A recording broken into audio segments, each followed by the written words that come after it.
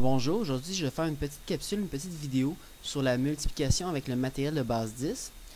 Alors la première chose, une multiplication c'est à la fois une addition répétée, mais c'est aussi autre chose. Ça peut être une association d'objets, ça peut être aussi une représentation d'un nombre sous la forme d'un rectangle, d'un carré.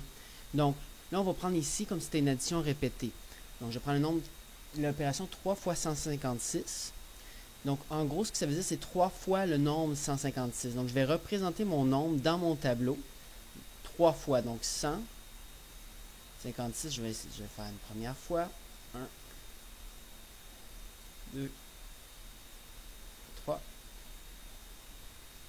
4 et 5 et 6 petites unités. C'est bien important qu'on les place vraiment un à côté de l'autre. Parce que sinon, vous risquez de vous mélanger quand vous allez faire votre addition répétée. Toujours à côté finalement du premier nombre. Et là, je vais refaire la même chose. Je l'ai fait 3 fois. Je pense que tout le monde commence à comprendre pas mal le principe. Avec le matériel de base 10, c'est un peu plus long par contre que la prochaine méthode que je vais vous montrer dans la prochaine capsule. 3.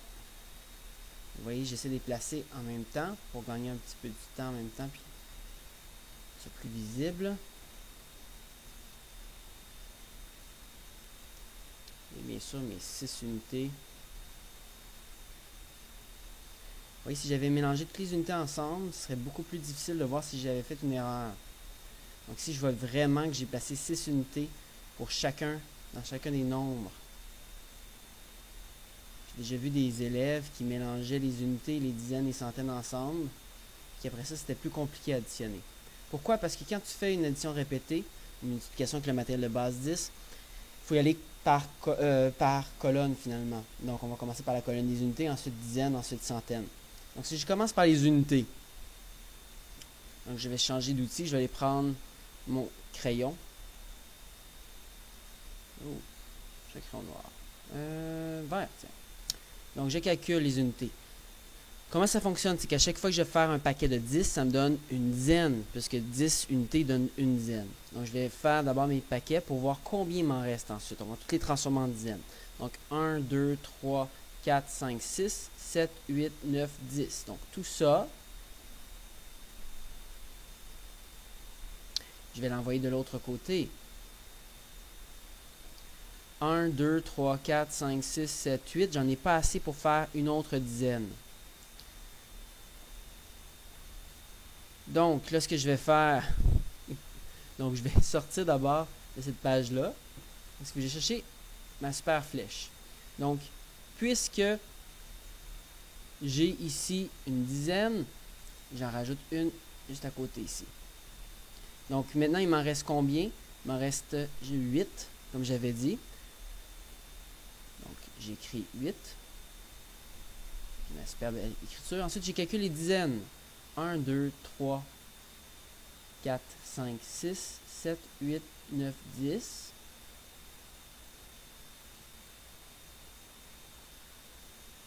J'ai un paquet.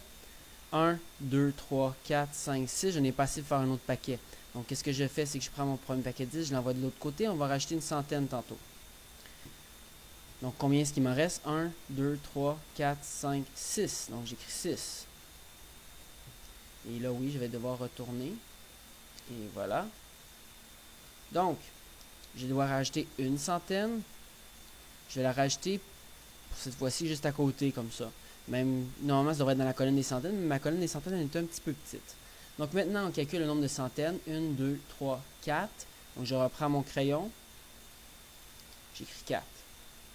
Donc, la réponse, finalement, de mon opération 3 fois 156, c'est 468. Donc, ne manquez pas la prochaine capsule qui va être finalement comment faire une multiplication mais avec les chiffres au lieu d'avoir le matériel de base 10. Merci beaucoup.